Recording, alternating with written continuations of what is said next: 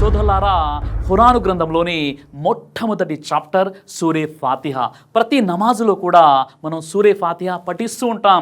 సూరే ఫాతిహా అన్నది ఖురాన్లోని మొదటి అధ్యాయము. ఇందులో 7 ఆయతులు ఉన్నాయి. మరో చోట కూడా అల్లాహ్ సుబ్హానహు వ తఆలా ఈ సూరే ఫాతిహా యొక్క గొప్పతనాన్ని, ఘనతను తెలియజేశాడు.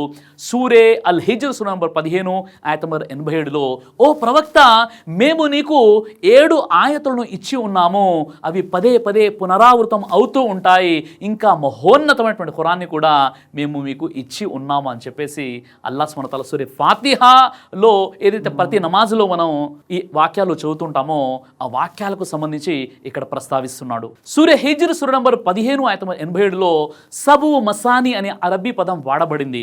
సబువున్ అంటే 7, మసాని అంటే పునరావృతం అయ్యేది. అందుకే సూరే ఫాతిహాని మాటి మాటికి మనం చదువుతుంటాం ప్రతి నమాజులో. ఫాతిహా అంటే ప్రారంభించడం లేదా మొదలు పెట్టడం అనే అర్థాలు ఉన్నాయి. అందుకే దీనిని ఫాతిహతుల్ కితాబ్ అని అంటారు, అంటే పుస్తకారంభం అని పిలవడం జరిగింది. సూరే ఫాతిహాకి చాలా పేర్లు ఉన్నాయి. అస్సబుల్ మసాని అంటే మాటి మాటికి పునరావృతం అయ్యేది, ఏదైతే మనం నమాజులో చదువుతూ ఉంటామో. అదేవిధంగా ఉమ్ముల్ ఖురాన్ అని చెప్పి, అంటే ఖురానికి తల్లి వంటిది. అదేవిధంగా అషిఫా అంటే ఈ యొక్క వాక్యాల్లో స్వస్థత ఉంది అని చెప్పేసి. అర్రుకియతు అంటే ఊదటము. ఈ విధంగా ఖురాన్లోని సూరే ఫాతిహాకి చాలా పేర్లు కూడా మనకు కనిపిస్తున్నాయి. సహీ బుఖారీ హదీస్ నంబర్ 4474లో ప్రవక్త వారు ఈ విధంగా తెలియజేశారు, ఖురాన్లోని సూరే ఫాతిహా గొప్పదైనటువంటి సూరా, the greatest surah of Quran సూరే ఫాతిహా అని చెప్పారు. కాబట్టి ఈ యొక్క సూరాకి చాలా ఘనత అనేది మనకు కనిపిస్తుంది. సహీ బుఖారీ హదీస్ నంబర్ 756 ఉబాదా బిన్ సామిత్ రదియల్లాహు అన్హు వారి ఉల్లేఖనం ప్రకారంగా ప్రవక్త వారు ఈ విధంగా తెలియజేశారు, సూరే ఫాతిహా చదివనిదే నమాజ్ పూర్తి అవ్వదు అని చెప్పారు. ఇంత ఘనత ఉంది సూరే ఫాతిహాకు. సహీ బుఖారీ హదీస్ నంబర్ 5736లో ఒకసారి ఒక వ్యక్తికి తేలు కుడితే ఒక సహాబీ వారు సూరే ఫాతిహా చదివి దమ్ చేస్తారు, ఆ వ్యక్తికి స్వస్థత లభిస్తుంది.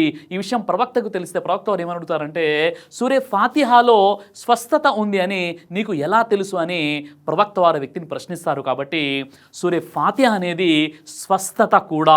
తిర్మిజీ హదీస్ నంబర్ 3124లో ప్రవక్త వారు ఈ విధంగా తెలియజేశారు, సూరే ఫాతిహా అనేది ఉమ్ముల్ కితాబ్ అంటే మదర్ ఆఫ్ ఖురాన్. ఇందులో 7 ఆయతులు ఉన్నాయని చెప్పడం జరిగింది. కాబట్టి ఉమ్ముల్ ఖురాన్ అని, ఉమ్ముల్ కితాబ్ అని, ఖురానే అజీమ్ అని ఇలా చాలా పేర్లు సూరే ఫాతిహాకు ఉన్నాయి. ఎందుకంటే ఆ ఫాతిహాలో ఉన్నటువంటి ఘనత ఆ విధంగా ఉంది.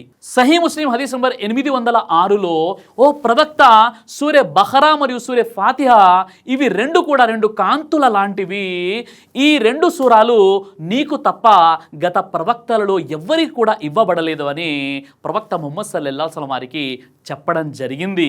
ఈ ఆయతులు ఏవైతే 7 ఆయతులు మనం పఠిస్తున్నామో సూరే ఫాతిహాలో గత ప్రవక్తలు ఎంతమంది అయితే వచ్చారో ఏ ప్రవక్తలకు కూడా ఈ ఆయతులు ఇవ్వబడలేదు. కాబట్టి సోదరులారా, ఇంత ఘనత కలిగినటువంటి సూరే ఫాతిహాని ప్రతి నమాజులో పఠించండి.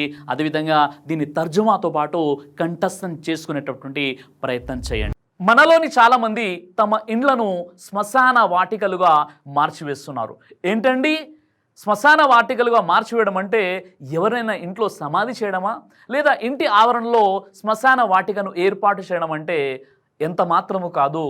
తమ ఇండ్లను శ్మశాన వాటికలుగా మార్చివేయడం అంటే దాని అర్థము, ఎవరి ఇండ్లోనైతే సూరే బఖరా పఠించబడదో వారి ఇండ్లు, వారి యొక్క గృహాలు శ్మశాన వాటికలతో సమానమని ప్రవక్త ముహమ్మద్ సల్లల్లాహు అలైహి వసల్లం వారు తెలియజేశారు. సహీ ముస్లిం హదీస్ నంబర్ 780 హజరత్ అబూ హురైరా రదియల్లాహు అన్హు వారి ఉల్లేఖనం ప్రకారంగా ప్రవక్త ముహమ్మద్ సల్లల్లాహు అలైహి వసల్లం వారు ఈ విధంగా తెలియజేశారు, మీరు మీ ఇండ్లను శ్మశానాలుగా మార్చుకోకండి. నిస్సందేహంగా ఎవరి ఇంట్లోనైతే సూరే బఖరా పఠించబడుతుందో వారి ఇంట్లో శైతాను ప్రవేశించడు అని ప్రవక్త ముహమ్మద్ సల్లల్లాహు అలైహి వసల్లం వారు తెలియజేశారు. కాబట్టి సోదరులారా, ఏ ఇంట్లోనైతే సూర్య బఖరా పఠించబడదో ఆ ఇల్లు శ్మశానంతో సమానము. ఆ ఇంట్లో శైతాను తిష్ట వేసి కూర్చుంటాడు. ఇప్పుడు చెప్పండి, మన ఇండ్లలో ఎంతమంది సూర్య బఖరా పఠిస్తున్నారు? మనం రోజు చూస్తూనే ఉంటాం కదా, ఎంతో మంది ఇండ్లలో పాటలు వేస్తూ ఉంటారు, మ్యూజిక్ వేస్తూ ఉంటారు, కానీ సూర్య బఖరా అనేది తిలావత్ జరగదు. అలాంటి గృహాలు ఏవైతే ఉన్నాయో అవి శైతాను తిష్ట వేసినటువంటి స్థావరాలు, అదేవిధంగా శ్మశాన వాటికలతో సమానమని చెప్పారు. కాబట్టి మన ఇండ్లలో శ్మశాన వాటికలు కాకుండా శైతాన్ తిష్ట వేసి ఉండకుండా ఉండాలి అంటే సూరయ బఖరాని తప్పనిసరిగా మనం పఠించాలి.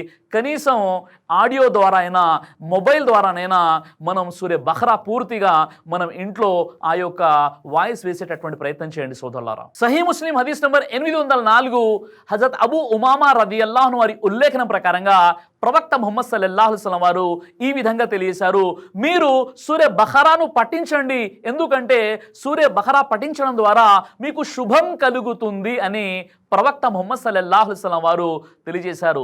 సోదరులారా, సూర్య బఖరా పఠించడం ద్వారా మన జీవితాల్లో శుభం అనేది, బరకత్ అనేది ఉంటుంది. ఈరోజు మన ఇండ్లలో, మన జీవితాల్లో బరకత్, శుభాలు ఎందుకు లేవంటే సూర్య బఖరా అనేటటువంటి మహోన్నతమైనటువంటి ఆయతులు ఏవైతే ఉన్నాయో, వాక్యాలు ఏవైతే ఉన్నాయో వాటిని మనం పఠించట్లేదు. మన ఇంట్లో ఎవరు కూడా పఠించట్లేదు. కాబట్టి ఇంట్లో శుభాలు లేవు, జీవితంలో బరకత్ లేదు. కాబట్టి మన జీవితంలో బరకత్ మరియు ఇంట్లో శుభాలు ఉండాలి అంటే తప్పనిసరిగా సూర్య బఖరాను మనం పఠిస్తూ ఉండాలి సోదరులారా. బుఖారీ హదీస్ నంబర్ 4008 అబూ మసూద్ రదియల్లాహు అన్హు వారి ఉల్లేఖనం ప్రకారంగా ప్రవక్త ముహమ్మద్ సల్లల్లాహు అలైహి వసల్లం వారు ఈ విధంగా తెలియజేశారు, ఎవరైతే రాత్రి పడుకునే ముందు సూర్య బఖరాలోని చివరి 2 ఆయతులు చదువుతారో వారి రక్షణకు ఆ 2 ఆయతులే చాలు అని ప్రవక్త ముహమ్మద్ సల్లల్లాహు అలైహి వసల్లం వారు తెలియజేశారు. ఆ 2 ఆయతులు ఏమిటి అంటే సూర నంబర్ 2 ఆయత నంబర్ 285 మరియు 286. ఆమన రసూలు బిమా ఉన్జిల ఇలైహి మిర్ రబ్బిహి వల్ ముమినూన్ నుండి అంత మౌలానా ఫన్సుర్నా అలల్ కౌమిల్ కాఫిరీన్ వరకు 285, 286 ఈ 2 ఆయతులు ప్రతిరోజు కూడా పడుకునే ముందు వజూ చేసుకుని ఈ 2 ఆయతులు చదివినట్లయితే శైతాను మన దరిదాపులకు కూడా రాడు. మన రక్షణ కోసము ఈ 2 ఆయతులు చాలు అని ప్రవక్త ముహమ్మద్ సల్లల్లాహు అలైహి వసల్లం వారు తెలియజేశారు. అయితే ఎంతమంది ఈ 2 ఆయతులు నేర్చుకొని పఠిస్తున్నారు ఒకసారి ఆలోచించండి. తిర్మిజీ హదీస్ నంబర్ 2882 హజరత్ నౌమాన్ బిన్ బషీర్ రదియల్లాహు అన్హు వారి ఉల్లేఖన ప్రకారంగా ఏ ఇంట్లోనైతే 3 రాత్రులు ఖురాన్లోని సూర బఖరా 2 చివరి ఆయతులు పఠించబడతాయో ఆ ఇంటి దరిదాపులకు కూడా శైతాను రాడు అని ప్రవక్త ముహమ్మద్ సల్లల్లాహు అలైహి వసల్లం తెలియజేశారు. ఈ విధంగా సూర బఖరాలోని చివరి 2 ఆయతులు ఏవైతే ఉన్నాయో దాని యొక్క ఫజీలత్, ఔన్నత్యం చాలా హదీసులో చెప్పబడ్డాయి. కాబట్టి ఆ వాక్యాలను బైహాడ్ చేసుకుని రాత్రి పడుకునే ముందు తప్పనిసరిగా మనం చదువుతూ ఉండాలి, అల్లా రక్షణలో గనక మనం ఉండాలి అంటే.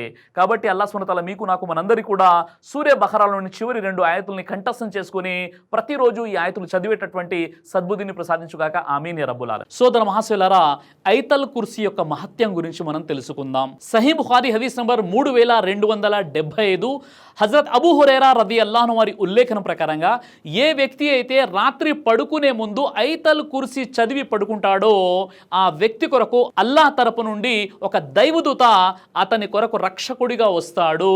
అతనికి రాత్రి నుండి ఉదయం వరకు కూడా శైతాను అతని దరిదాపులకు రాడు అని ప్రవక్త ముహమ్మద్ సల్లల్లాహు అలైహి వసల్లం వారు తెలియజేశారు. సహీహుల్ జామీ హదీస్ నంబర్ 6464 హజరత్ అబూ ఉమామా అల్ బహ్లీ రదియల్లాహు అన్హు వారి ఉల్లేఖనం ప్రకారంగా ప్రవక్త ముహమ్మద్ సల్లల్లాహు అలైహి వసల్లం వారు ఈ విధంగా తెలియజేశారు, ఏ వ్యక్తి అయితే ప్రతి ఫరజ్ నమాజ్ తర్వాత ఐతల్ కుర్సీ పఠిస్తాడో ఆ వ్యక్తికి స్వర్గానికి మధ్య చావు తప్ప మరొకటి అడ్డు లేదు అని ప్రవక్త ముహమ్మద్ సల్లల్లాహు అలైహి వసల్లం వారు తెలియజేశారు. కాబట్టి ప్రతి ఫరజ్ నమాజ్ తర్వాత ఐతల్ కుర్సీని చదివినట్లయితే ఆ వ్యక్తి చనిపోతే స్వర్గానికి వెళ్ళిపోతాడు అని ప్రవక్త ముహమ్మద్ సల్లల్లాహు అలైహి వసల్లం వారు తెలియజేశారు. అబూ దావుద్ హదీస్ నంబర్ 4003 ఒక వ్యక్తి ప్రవక్త ముహమ్మద్ సల్లల్లాహు అలైహి వసల్లం వారి వద్దకు వచ్చేసి, ఓ ప్రవక్త, ఖురాన్లో గొప్పదైన ఆయత్ ఏది అని అడిగినప్పుడు ప్రవక్త వారు ఖురాన్లో గొప్పదైనటువంటి ఆయత్ ఐతల్ కుర్సీ అని తెలియజేశారు.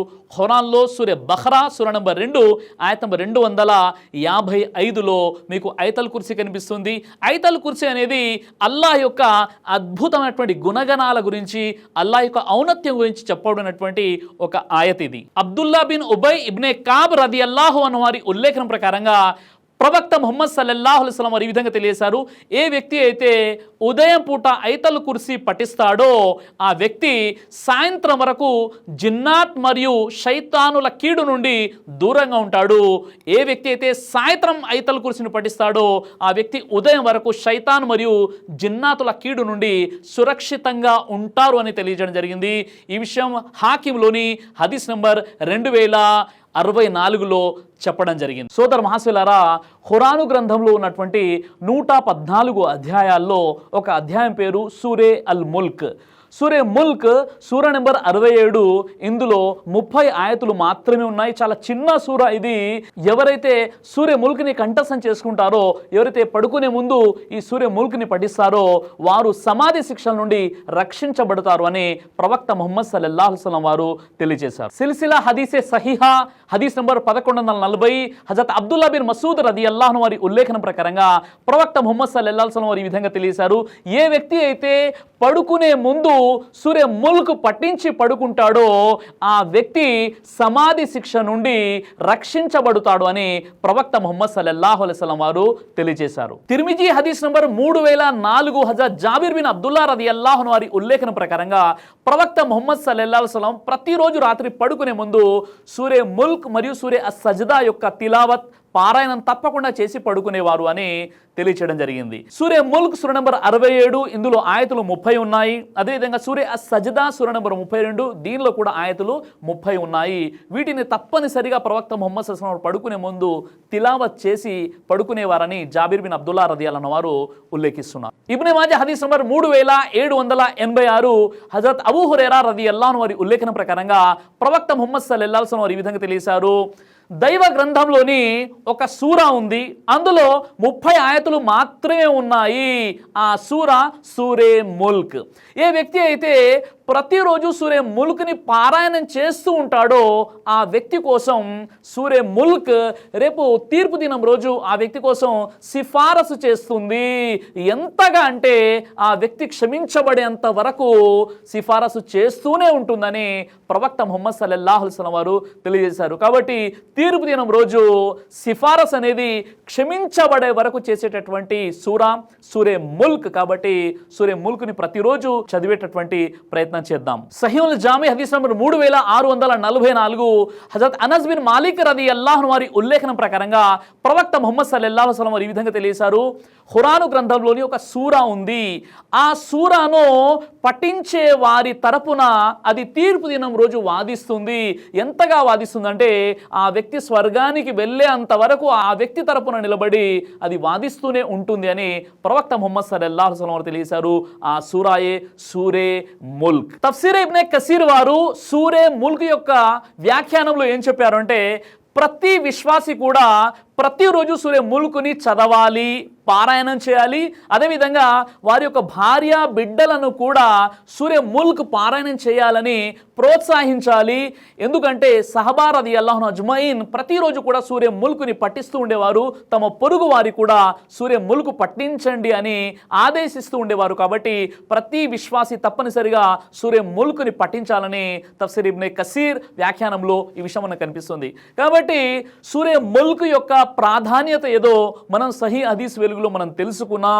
ఇది సమాధి శిక్షల నుండి కాపాడుతుంది, తీర్పు దినం రోజు సిఫారసు చేస్తుంది, అదేవిధంగా తన తరపున ఇది వాదిస్తుంది. ఎంతవరకు అంటే స్వర్గానికి వెళ్ళేంత వరకు ఆ వ్యక్తి పక్షాన్ని నిలబడి ఇది వాదిస్తుంది అని ప్రవక్త ముహమ్మద్ సల్లల్లాహు అలైహి వసల్లం వారు తెలియజేశారు. సూరే ముల్క్ సూర నంబర్ 67, ఇందులో ఆయతులు కేవలం 30 మాత్రమే ఉన్నాయి. చాలా చిన్న సూర, కంఠస్థం చేసుకుంటే చాలా మంచిది, లేదా కనీసం చూసి అయినా చదివేటటువంటి సద్బుద్ధిని ప్రసాదించుగాక. ఆమీన్ యా రబ్బుల్ ఆలమీన్.